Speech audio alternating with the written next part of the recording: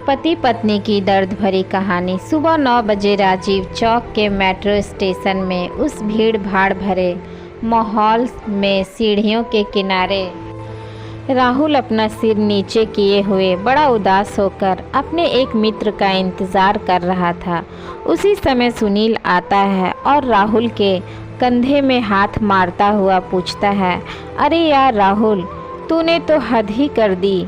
तेरी शादी को अभी 1 सप्ताह भी नहीं हुआ और तू फिर से जॉब में ऑफिस जा रहा है। यार, पत्नी के साथ छुट्टियां मना, कहीं घूमने जा, भाभी को भी दिल्ली या देहरादून दिखा, घूम फिर मौज कर।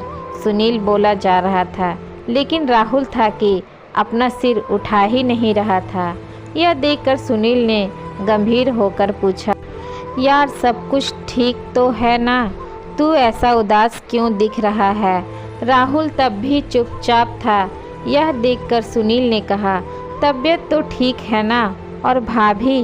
यार तू बोलता क्यों नहीं? घर में सब ठीक तो है ना? राहुल ने गहरी सांसें लेकर धीरे से बुदबुदाते हुए बोला, यार बहुत बड़ी गलती हो गई। अनीता मेरे जैसी नहीं है, वो मॉडर्न नहीं है, गांव की है, अच्छी अंग्रेजी नहीं जानती, उसका रहन सहन, उसका स्वभाव। यार हमेशा बाइबल पढ़ना, हमेशा प्रार्थना और प्रभु प्रभु करना। यार ये भी कोई ज़िंदगी है? 3 दिन में ही परेशान हो गया हूँ, गले की हड्डी हो गई है वो मेरे लिए। मेरी तो जैसे ज़िंदगी ही बर्बाद हो गई है। सुनील ने कहा, अरे तू भी तो क्रिश्चियन है ना? हाँ हूँ तो सही, लेकिन हम लोग बड़े दिन में और ईस्टर आदि में ही चर्च जाते हैं। यार हर समय बाइबल की बातें और यह सब कुछ दिखावा मुझे बिल्कुल अच्छा नहीं लगता। लगता है जैसे मैं अपने घर में नहीं, किसी चर्च में रह रहा हूँ। सुनील ने दिलासा दिलाते हुए कहा, सब कुछ ठीक हो जाएगा यार, कुछ समय दे भाभी को, नई है, दिल्ली में सब कुछ सीख जाएगी। राहुल ने बात काटते हुए कहा, चल ऑफिस, देर हो रही है। आज राहुल और अनीता को 3 माह हो चुके हैं, लेकिन राहुल अलग कमरे में सोता है और किसी भी तरह अनीता के सामने नहीं आना चाहता। घर से बाहर जाते समय माँ से चिल्लाकर कहता है, माँ मुझे देर हो जाएगी वापस आने में, आप लोग खाना खाकर सो जाना, मुझे एक ज़रूरी मीटिंग है। ये तो उसका रोज़ का बहाना हो गया था। अनीता जब भी पानी या चाय देती तो राहुल उसे ऐसे सलीके से गिलास या कप को पकड़ता कि उसकी उंगलियां स्पर्श ना हो जाए। अनीता हर वो प्रयास करती कि कैसे वो राहुल को खुश रखे, माँ का ध्यान रखती, सुबह से शाम तक घर को सजाने संवारने में लगी रहती, यूट्यूब से देख कर बढ़िया से बढ़िया खाना बनाने की कोशिश करती।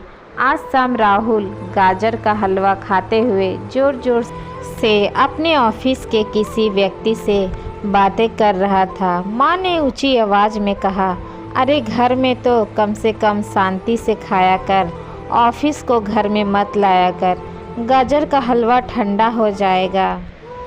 वो अनीता से बहुत प्यार करती थी। कई बार कई मामलों में समझाने के लिए शब्द कम पड़ जाते हैं, क्योंकि इतने दिनों में अनीता ने अपनी सासू माँ को अपनी सगी माँ से बढ़कर प्यार किया था, क्योंकि अनीता ने अपनी माँ को बचपन में खो दिया था। पिता ने ही माँ और बाप दोनों का प्यार दिया था और उसे शादी के समय बोले गए पिता के वो शब्द भी अच्छे से याद थे जो उन्होंने आंसू बहाते हुए विदाई के समय कहे थे, बिटिया अब से ससुराल ही तेरा घर है और सास ससुर ही तेरे माता पिता।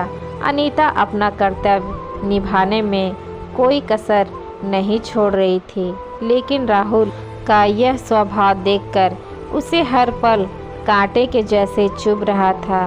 वो अपने घर में ही ऐसे महसूस कर रही थी जैसे वो राहुल के लिए बोझ है।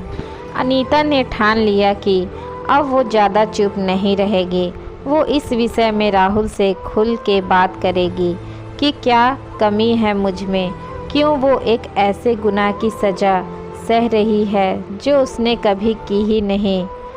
वो ऐसा सोच रही थी कि राहुल ने चिल्लाया, माँ ऑफिस का टिफ़िन लगा दिया है क्या? अनीता ने टिफ़िन उठाकर राहुल की ओर बढ़ाते दिया, लेकिन जैसे ही राहुल ने टिफ़िन का हैंडल पकड़ा, अनीता ने उसका दूसरा हिस्सा नहीं छोड़ा और बोली, मैं आपसे कुछ बात करना चाहती हूँ। और भरे हुए गले से आंसू बहाते हुए बोली, यदि मैं तुम्हें पसंद नहीं हूँ तो मुझे मेरे पापा के घर छोड़ आओ। राहुल कुछ बोल नहीं पाया, बस धीरे से बोला, ओके देखता हूँ। अनीता की ये बातें जैसे राहुल के कानों में ज़ोर ज़ोर से गूंज रही थी। पूरा दिन उसका काम करने में मन नहीं लगा। वो सोच रहा था, क्या हो रहा है मेरे जीवन में, किसकी गलती है, क्यों यह सब कुछ हो रहा है। अनीता सुंदर है, पढ़ी लिखी है, लेकिन आखिर क्यों, जो भी हो अंदर से कहीं लग रहा है। चलो अच्छा है, बला टली, वो अपने घर चली जाएगी। कुछ दिनों में तलाक आदि के पेपर तैयार करवा लूँगा, वो भी किसी और से शादी कर सकती है और मैं भी आज़ाद। वो इस उधेड़-बुन में पूरा दिन कुछ काम ना कर सका और टिफ़िन भी खाना भूल गया। वो जैसे ही घर पहुंचा तो क्या देखा, माँ बिस्तर में पड़ी हुई है, उसे बहुत तेज़ बुखार है। अनीता ने कहा, सुनिए, माँ को जल्दी किसी अच्छे डॉक्टर के पास ले चलिए। मैं सुबह से कह रही हूँ चलो किसी ऑटो में किसी डॉक्टर के पास चलते हैं, तो माँ मना कर रही है। माँ कर्राते हुए बोली, अरे रहने दे बेटा, थोड़ा बुखार है, दवा खाकर ठीक हो जाऊंगी। राहुल ने माँ के माथे पर हाथ लगाकर देखा तो कहा, अरे माँ, बुखार से आपका शरीर तप रहा है। तुरंत ओला से टैक्सी मंगाकर वो माँ को लेकर अस्पताल पहुँचा। पूरे रास्ते अनीता माँ को संभालते रही और माँ के लिए लगातार प्रार्थना कर रही थी और दिलासा दे रही थी, आप ठीक हो जाओगी, आप चिंता मत करो। डॉक्टर ने थोड़ी देर तक चेकअप किया और एक्सरे के बाद बताया, राहुल की माँ के पेट में रसोली है, जिसका ऑपरेशन जल्द ही करना बहुत ज़रूरी है। राहुल के पूछने पर डॉक्टर ने बताया 5 लाख की ज़रूरत पड़ेगी और उसके पास केवल 1 दिन है पैसे का इंतज़ाम करने के लिए। यह सुनकर राहुल के डर के मारे हाथ पैर कांपने लगे। वो सोचने लगा, अभी शादी के समय ही तो कर्जा लिया था, दोस्तों को पार्टी देने में उसके सारी जमा पूंजी भी चली गई थी। लेकिन वो अस्पताल से बाहर आकर जिसे भी हो सकता था फ़ोन लगाना शुरू किया। सभी दोस्तों ने कुछ न कुछ बहाना बनाकर और दुख जताकर फ़ोन रख दिया। उसने ऑफिस में फ़ोन किया, वहाँ से भी मालिक ने कहा, देखो राहुल, लॉकडाउन के बाद वैसे भी हमारी कंपनी लॉस में चल रही है और आपने पहले भी एडवांस ले चुके हो। सॉरी, अभी हम आपकी कोई मदद नहीं कर सकते। राहुल पूरे 2 दिन तक पैसों के इंतज़ाम में जहाँ जा सकता था वहाँ गया, लेकिन उसके हाथ निराशा ही लगी। अंत में उसे लगा, मुझे डॉक्टर से कुछ और मोहलत लेनी चाहिए, यदि हो सके तो 2 या 3 दिन बाद। यदि ऑपरेशन हो तो वो कहीं न कहीं से लोन लेकर या घर के पेपर गिरवी रखकर पैसों का इंतज़ाम कर लेगा। थका हुआ वो अस्पताल पहुंचा और सीधे डॉक्टर के केबिन में जाकर डॉक्टर के पैरों को पकड़ते हुए बोला, सर मुझे 2-3 दिन का और वक्त दीजिए, मैं आपका सारा पैसा दे दूंगा और ऑपरेशन के भी पैसे भर दूंगा। आप बस मेरी माँ की जान बचा लीजिए, मैं आपका यह एहसान ज़िंदगी भर नहीं भूलूंगा।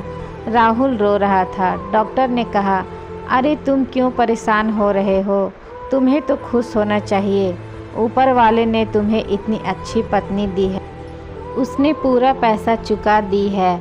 तुम्हारी माँ का ऑपरेशन तो हो चुका है और वो अब खतरे से बाहर है, वो अब बातें भी कर सकती है आज छुट्टी हो जाएगी, आप अपनी माँ को घर ले जा सकते हैं। राहुल को सुनकर यकीन नहीं हुआ।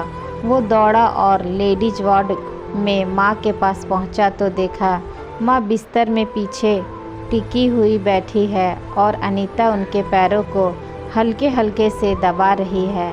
राहुल को आज अपना कद अनीता के सामने बहुत छोटा लग रहा था। वो भी माँ के पैरों के पास जाकर बोला, माँ कैसी हो? तभी नर्स ने कहा, इन्हें थैंक यू बोलो, ये आपकी पत्नी है क्या? इन्होंने रात दिन सेवा की है और पूरी रात जीसस से प्रार्थना की है इनके जीवन के लिए। राहुल अनीता से नज़रें नहीं मिला पा रहा था, फिर भी नीचे देखते हुए बोला, अनीता कहाँ से इंतजाम हुआ इतने पैसों का? अनीता ने कहा, मेरे पास कुछ पैसे जमा थे जो मैंने गांव में बच्चों को ट्यूशन पढ़ाकर कमाए थे और कुछ जेवर थे, उन्हें बेचकर माँ ने धीरे धीरे आंखें खोलकर बुदबुदाते हुए बोली, बेटा ये मेरी बेटी से बढ़कर है। और अनीता का हाथ राहुल के हाथ में रखते हुए बोली, मैं तुम दोनों को हमेशा खुश देखना चाहती हूँ। राहुल के आंखों में पश्चाताप के आंसू अनीता के हाथों में गिर रहे थे। तो दोस्तों आज की ये स्टोरी आप लोगों को कैसी लगी कमेंट बॉक्स में कमेंट करके ज़रूर बताइएगा। स्टोरी अच्छी लगी हो तो चैनल को लाइक शेयर एंड सब्सक्राइब ज़रूर कर लीजिएगा। मिलते हैं नेक्स्ट स्टोरी के साथ, तब तक के लिए धन्यवाद।